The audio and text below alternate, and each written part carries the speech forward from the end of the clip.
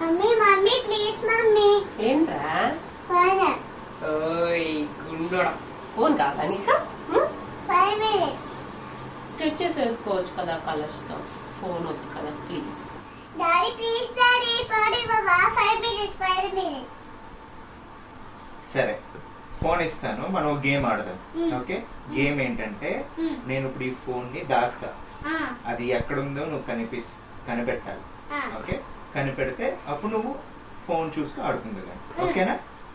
సరే